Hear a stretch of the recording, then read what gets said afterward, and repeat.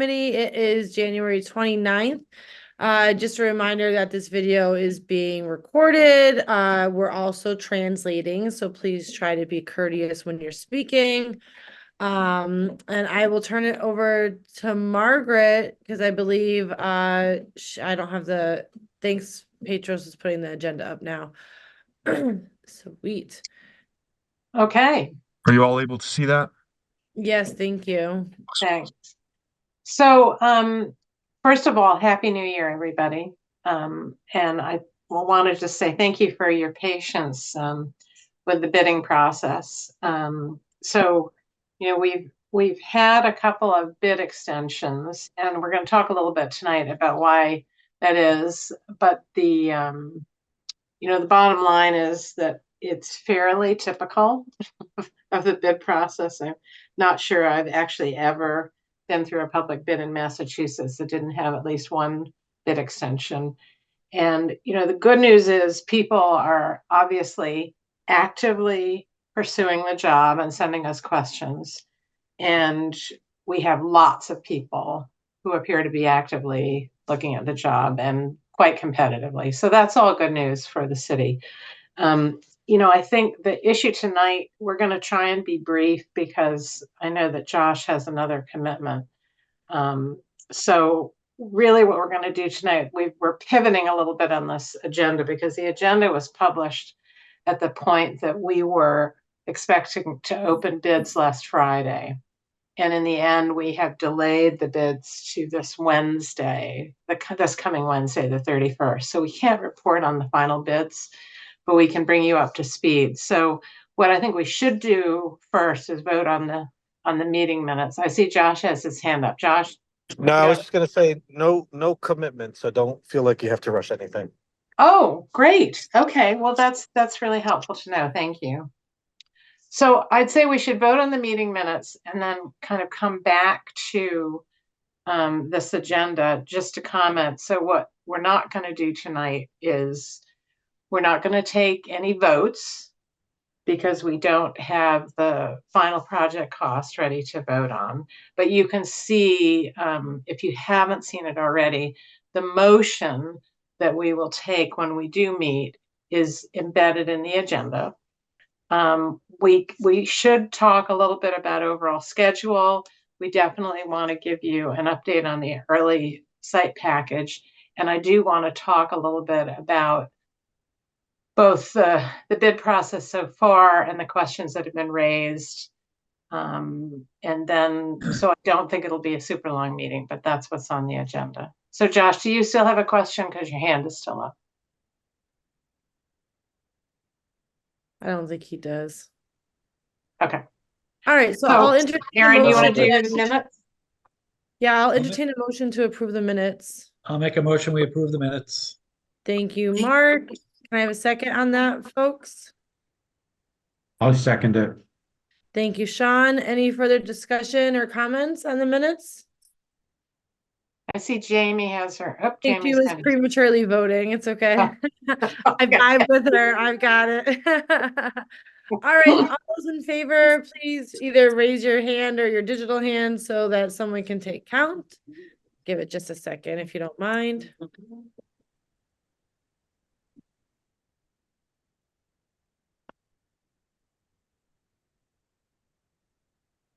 Thank you, everyone. I'm assuming that's unanimous, but for, technicalities, any opposed?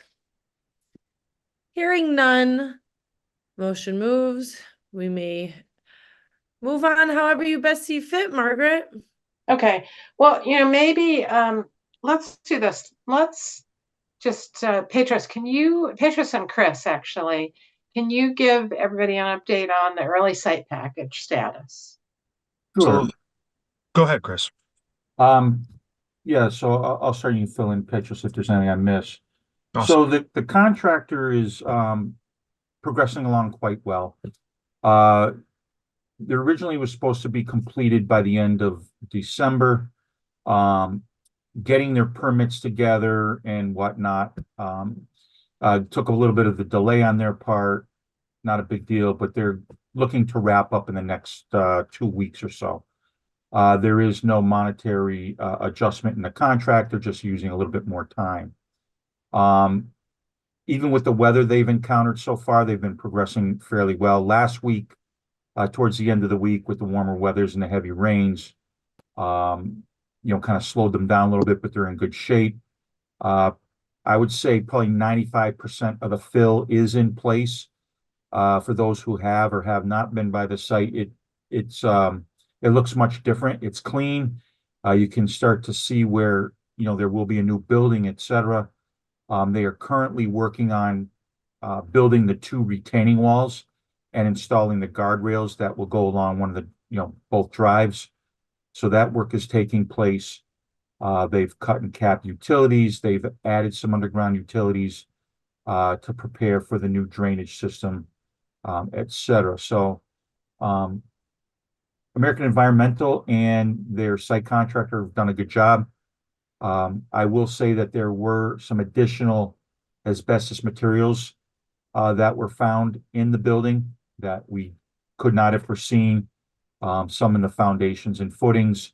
The contractor has submitted a total for those additional materials. Our consultant is reviewing them, make sure that in fact, they match all the tickets that were hauled away on site. The contractor will then, once we've confirmed that, they will submit an additional cost for that material. So when we look at that, there's the cost to dispose of it as regular construction material. So they'll take that and subtract it from the cost to dispose of it as asbestos containing material. We'll get a net value and apply that to the total amount. There are 3 unit prices that were in the spec that the contractor did not use. So we'll use that as well to deduct from our overall cost to get a final net change order when the time comes. But the site work looks good. We have not had any issues. All of the compaction for the place fill has been better than 95%, so that's good. The building pad is in place and ready to go so that when we do have a contractor on board, they can start their foundations as soon as they're able, and then proceed with steel erection, et cetera, and move on.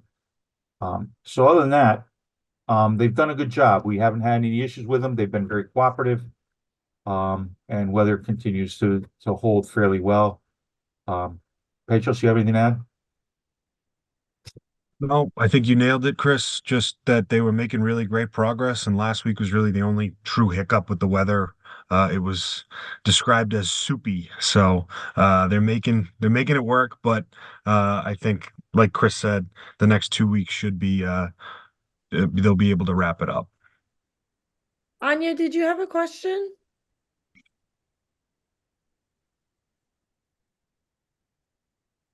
All right, never mind. Okay. All right. So not seeing any questions. Let's pivot to the bid situation. So, we have talked about previous meetings, the fact that there's kind of 2 components to this project. So there are the filed subbids, which are a designated set of, I think, I always forget if it's 15 or 16 areas that get bid separately and prior to the general contracting bidding. This is unique to Massachusetts, folks. It's kind of special. So what happens is generally the low bidder is then taken up as part of the general contractor bidding. So we received those bids. We had at least one extension. People definitely did not like trying to do this over the holidays. So there was some request for time extension based on the holidays, which we gave them.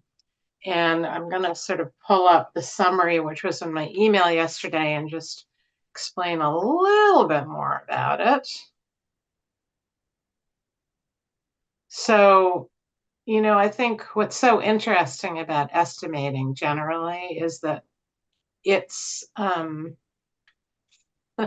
some things go up and some things go down all along the way. And the goal is that overall that the process kind of equalizes itself. And you really see this in this example. So Petros put together this chart when we got the bids back. And you can see in this column where he's looking at the difference between what was estimated and what was bid. Some of them were higher, some of them were lower. You go to the bottom and you see that overall they were taken together as a group. The bids were under by about a little over, well, it's almost let's call it $86,000, right? So that's a very small percentage relative to the big project, but this represents more than 50% of the cost of the project. So what remains, what we've been sort of answering questions about since the 17th, are questions about general contractor bidding. So again, just to sort of give you an overall sense. So this column here was the items without markups. This was including escalation and contingency. This column was the bids we received. That's the delta. And then here, there is a list of the bids that we received, of the name of the low bidder. And you can see in two cases, we didn't get any bids. We weren't expecting to get bids on windows because that general category, we don't have any windows in that category. And then the other one is elevators, which is a very weird sort of subject in Massachusetts because there's very few elevator companies and they tend to kind of decide amongst themselves who's going to bid which projects, and they don't bid competitively. So what happens in this case, we went through the same thing with the pre-qualification. That work gets assigned to the general contractor and they have to, it becomes part of the general contractor's work. So that's kind of the overview. Does anybody have any questions about that? Because now I will pivot to talking about the general contractor piece. Questions? Okay, no questions. Okay, so the general contractor piece. What we know right now is we pre-qualified 7 general contractors, which is a healthy number. I don't think all of them are bidding, but I couldn't tell you for sure today how many were bidding. Sorry, everybody here. I'm guessing that we're going to get between 4 and 6 bids when the bids are opened on Wednesday. We're using a system called Bid Docs Online, which if you're interested, I encourage you to go look at. Anyone can go look at bids online. You'll see the postings of the projects and you can go to them and you can see what's sort of in process, and it's all the drawings, everything, all the documentation that's based of the bids, it's all there. So we've had a couple of an interesting issue come up in the last week, which actually we decided as a team that we wanted to consult a woman who will certainly be sainted at some point. Hopefully she'll never retire, but her name is Deb Anderson. She works for the Attorney General's office. And Deb is the person who, if there is a bid protest, it goes to Deb. And she is an expert on everything to do with bidding. And the question that came up was largely a procedural question that had to do with one of the bidders asked us to confirm their understanding of the way the minority and women-owned business goals work in the state. So without getting too much into the weeds, there are statewide goals and sometimes there are also local community goals for minority and women-owned business. For the purposes of this bid, we use the state average, which is 13%. There's a process where the bidders can ask to have that waived, and that process takes about a week. I think it's 5 days. So what happened was we got these filed sub-bids. None of them were minority or women-owned businesses. One of the bidders asked for confirmation that that it's going to be applied to this project, which we've confirmed with Deb Anderson. So what will happen is when the general contractor bids are submitted, each of those projects, there's a form that's in the bid documents that asks them to state how they're going to meet the minority and women-owned business goals. And all of them at this point appear to have foregone because the deadline has elapsed, asking for a waiver from those goals. So if it sounds a little complicated and nuanced, it is. I think we've all learned a little bit about it. I will say, Deb Anderson said no one has ever filed a complaint around this issue. But I will also say I don't want to be the first one. So hence the delay. And so that brings me to what happens next. So we'll get the bids on the 31st at 2:00. And we were expecting to have you take a vote tonight. Now we have to figure out whether that vote should be on February 1st or February 5th, which are the dates we proposed. I think the only person in this group we've heard from so far, the voting members who cannot attend the 5th, is Raina. Is that right, Petros? Raina sent a note about that. I have to double check, Margaret, but I believe you might be right. We didn't hear from very many people, and by the way, Mark, thank you for getting back to us and saying you could do either date. So I'm assuming, yes, Raina said February 1st was better for her. So unless there are other folks who would reduce our quorum, and obviously this is like a fabulous, important step, and we would like everyone to be part of taking that vote to make the recommendation to the owner. I would suggest that we do that on February 1st. Any objections to that? Margaret, I had said before, I can't do the 1st, but I can do Oh, the 5th. I was the one. You were the one. Okay. Well, so I'd say it's kind of 50-50. Do folks in this meeting have a preference? What time are you thinking? I'm assuming that if we do it on the 1st, it would be at 6. And if we do it on the 5th, I would probably suggest doing it at 5:30. Hi, this is Anya. The 1st does not work for me, but I could do the 5th.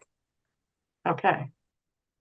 So we got two no's on the 1st and one no on the 5th. So one's going twice for the 5th. Yeah, Margaret, I'd prefer the 5th also. That's David speaking, right? Yeah. Okay, so let's do the 5th. How do folks feel about 5 on Monday versus 5:30? Don't we usually meet at 6? We do. Do you want to make it at 6? I just want to make sure, can the mayor do? I mean, Yeah. I can do either. I just know most people don't get out of work till 5, so 6:00 is the typical like evening scheduled time. For Okay. me, but if you want to start early, as long as that works with everyone. I'm fine with sticking with 6. Okay, I would suggest that then. I'm seeing some nods on 6. So 6 p.m. on the 5th. Okay. Feed the man. I will say that one person who will not be with us is Chris LeBlanc, who has very wisely decided to take a vacation where he can't be reached. He will have no I don't know how wise that internet is. service on the 5th, but he is going to be here on the 31st with us when the bids come in. So Chris, we'll do our best without you.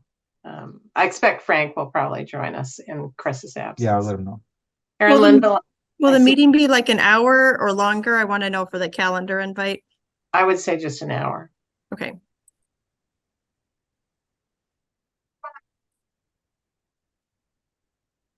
Okay. So I want to just take a moment and go back to the filed subbids and talk about a couple of issues. You all have heard us talk about the filed subbid process. And you will remember, and maybe we didn't cheer loud enough about it, but I want to just sort of point back to it. So it's really critical when you do the pre-qualification process that you get sufficient bidders. That's the moment that you identify how, you want to make sure that you have enough bidders in each category. And in fact, Petrus, I think I'm right about this. We didn't get 3 pre-qualifications for elevators, correct? We didn't receive any pre-qualifications for Any elevators. pre-qualifications. And we So did then- two rounds of So pre-qual. then you advertise again and you advertise again. So at that point, you're you're on to assigning to the general contractor. The reason I bring this up, and I'm going to pull up my spreadsheet again. I see Wendy has joined us and Jessica. So the reason this is important is that having done the pre-qualification process, we know that we have, and they all know that they're pre-qualified to bid, but sometimes they don't bid. So a good example here, and probably the most important one to point to, is masonry. So you'll notice here, Fernandez is listed as the low bidder. They were actually the only bidder, even though we had pre-qualified 5, Petros, I think you said. Masons were 4 pre-qualified 4 masons. pre-qualified masons. So the reason I bring this up is that there's been some buzz, and I know this because I've gotten calls, the mayor's gotten calls, and Representative Duffy's gotten calls from members of the labor community saying, gee, you only got 1 bid, you should rebid this. So I just want everybody to know that there's a reason that everybody thinks about it that way, because prior to 2006, I think it was 2006, when the state passed very substantial construction reform legislation, you did have to have 3 bids. And in other types of bidding in the state, you have to have 3 bids. This is the one area where you pre-qualify people and say you can now bid. And if they choose not to bid, there's nothing we can do about it. We actually can't go back. We talked about this a little bit with Deb Anderson last week, and she actually did a very nice job clarifying it. She basically said, just because you don't like the bids, you can't rebid. The only circumstance would be if there's a change of scope. So for instance, you got your filed subbids in and you said, oh, there was a mistake and we need to rebid it because there was a mistake in the scope of the work. Or you decide to do value engineering and you change the scope of the work. Or the whole project comes in, including the general contractor, comes in over budget, and you decide you need to go back and rebid the whole project. So none of those situations are the situation we're in. So we don't have a legal opportunity to rebid it. And I'm mentioning this here because if the mayor and Pat Duffy are getting calls and emails about this, you might too. And I want to make sure that people understand this. And if somebody says to you, I heard you only got, 1 bid for blah, blah, blah, and that's illegal. You can point them in my direction and clarify, but I just want you to know that's not the case. It is true. We only got 1 masonry bid and we only got 1 bid for fire protection, which is disappointing because we pre-qualified many more, but that is not illegal in any way. That is following the state's process. So I'm going to pause for a minute and see if anybody's got any questions about that. Yes, no, maybe. Okay. Nobody's shaking their head. The other thing I want to mention, I'm going to take this down. We also may be getting a bid protest from the company that was the second low bidder on electrical. This one's a very technical issue. It has to do with how the subcontractors have subcontractors often, so they're called sub-subs. The second low bidder has sent a letter, although not filed a formal protest, saying that the low bidder didn't follow the rules for the filed sub-sub. And, again, I could explain it. I'd probably screw it up because it's pretty technical. And I'm not sure it's pertinent here. But I do want you to know that we may have an update on that when we come back. The difference between the low bidder on the electrical and the second low bidder is about $150,000. So it would be, if it is resolved by Deb Anderson in favor of the second low bidder, this number would go up a bit. So did they file a protest or they may file a protest?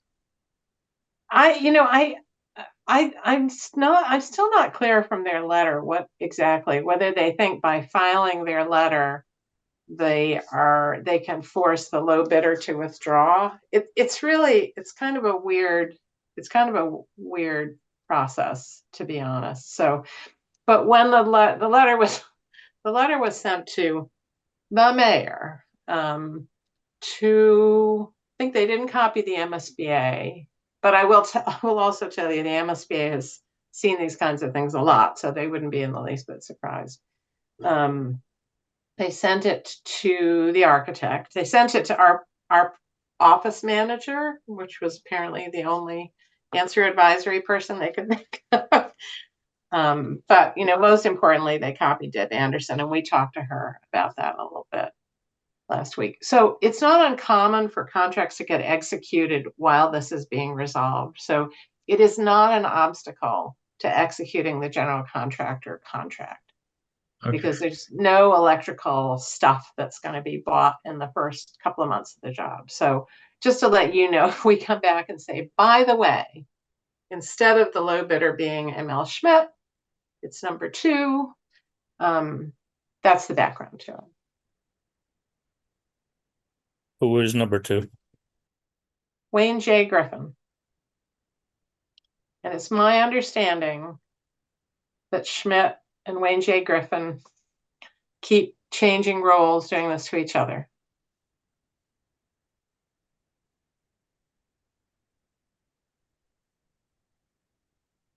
Okay.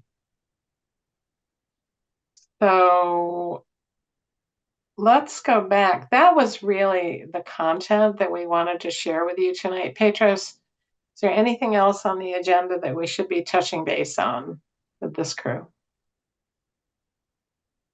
Let me pull it back up very quickly.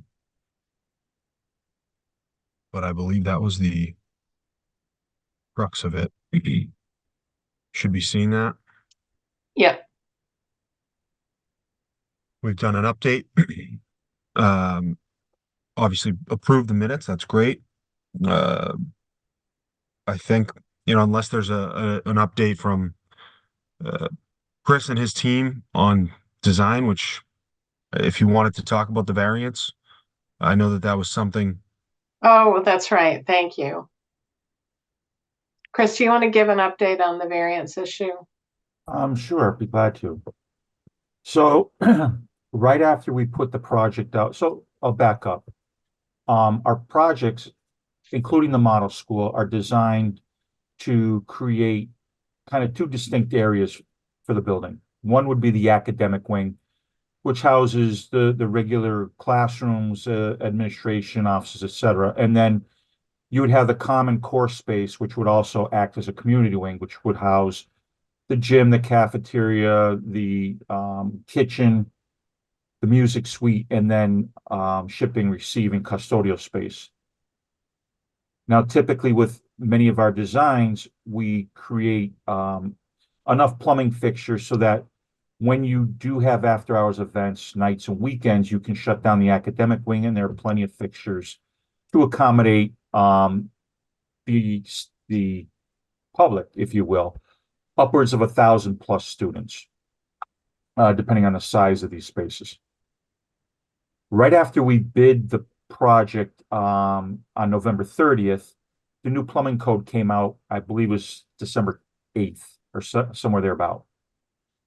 The new plumbing code did not give any forewarning of the changes, et cetera, because we would usually get, our plumbing engineers would usually get a notice saying, hey, this is coming up, this is changing, here's the grace period that you can ask questions, et cetera. So that did not occur. They did change the required plumbing fixture count for the project, or for all projects, all buildings. So now, given the fact that they've changed that count and they've upped the requirement per number of students or occupants, we would be required to leave the second floor academic wing open to accommodate roughly 800 to 1,000 occupants in after-hours events. Our plumbing engineer contacted the state plumbing board, said, hey, we're out to bid. There was no forewarning, et cetera.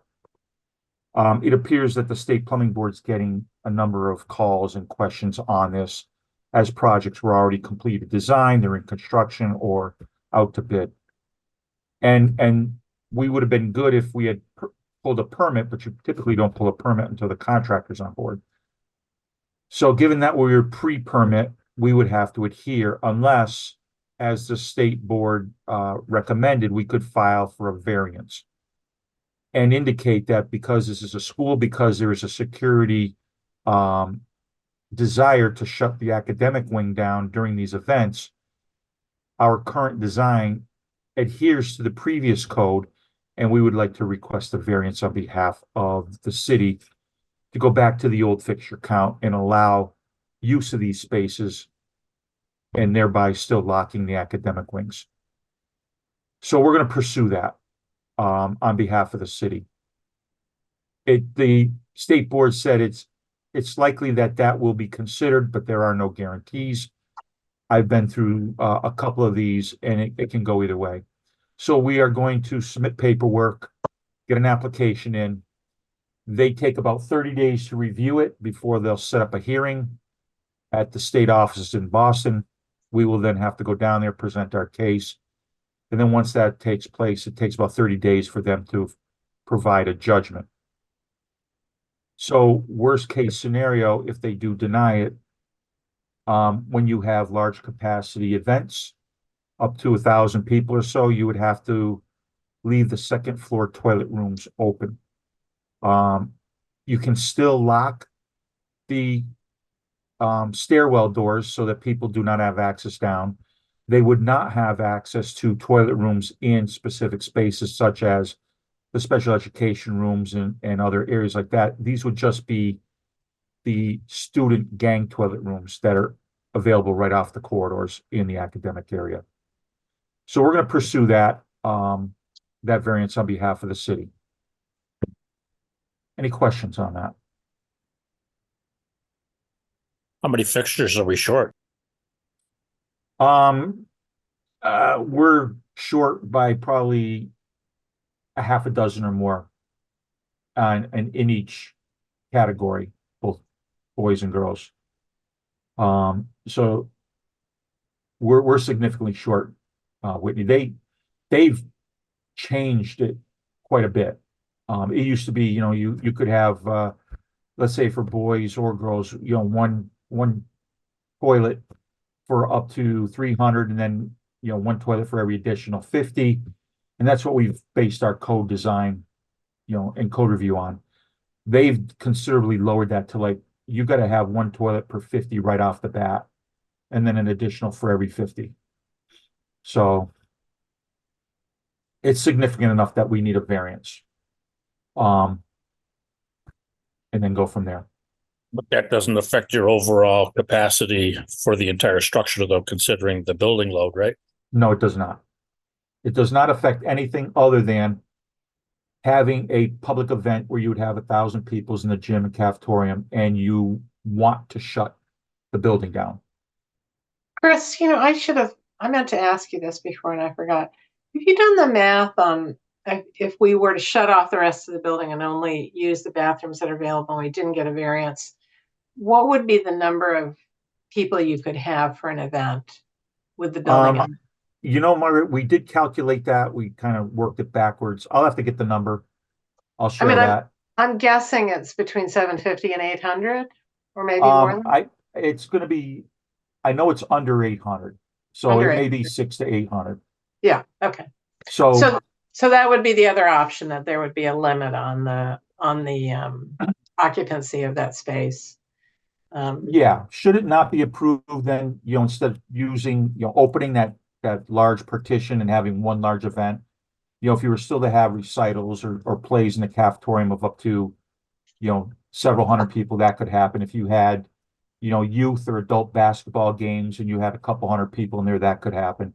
It would be just that large capacity one time. The partition's open and you're having a town meeting per se, or a community meeting.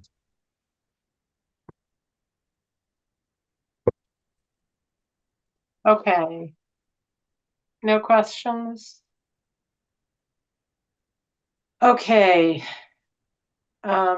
I don't believe there is anything else on the agenda we need to take up tonight, but Petros, can we look at it just one more time?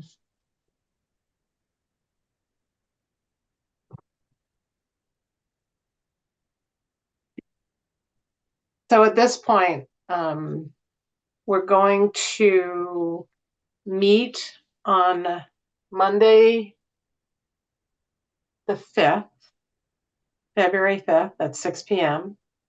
to take up the rest of this agenda, which is the key piece of which will be reviewing and voting to recommend the mayor execute the contract with the low bidder. And at that point, we will be off and running. I think we do need to talk about some next steps with the furniture, fixtures, and equipment and technology, but I don't think we'll do that on the 5th because Chris will not be with us. And we need to vote to officially put back in the Dingle project. And we will vote to put the Dingle back into the project, assuming that the bids allow for that. So it'll be a big day. Assuming the bids allow for it. Well, we're presuming, like, based on the previous estimates, that the fact that the early site package came in considerably lower, that the project, as approved by City Council, can include the Dingle. But I mean, until we get the GC bids back in, we won't know that for sure. Yeah, when we got the added reimbursement from the MSBA, the mayor and I pretty much discussed that. With that much added savings, it's something we would like to see happen. So I'm sure that's what will be happening. But till the bids come in, though, we won't know. That's all she said. Yeah, no, I get it.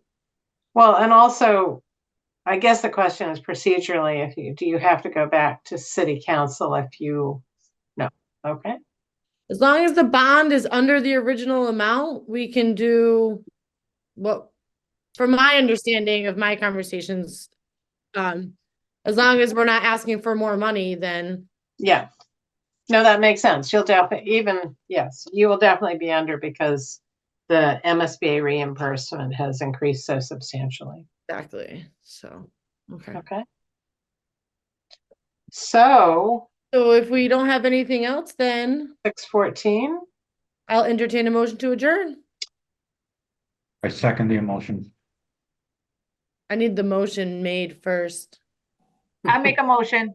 Thank you, Jackie. Who was the second? Was that Mr. Young? I'll second the motion. Sean. Okay, thank you. All right, any further discussion? Seeing none, all those in favor? I'm sure it's unanimous. You could just say aye. Any opposed? Aye. No opposed. All right, everybody. Have a great night and we'll see you again next week. Thank you. See you on the 5th. Thank you. Have a great night. Good night, everybody. You know. Good night. Petros, if you were recording, Anthony is an aye, okay? Yes, you got it. Thank you. Bye. Bye, guys. Have a good night.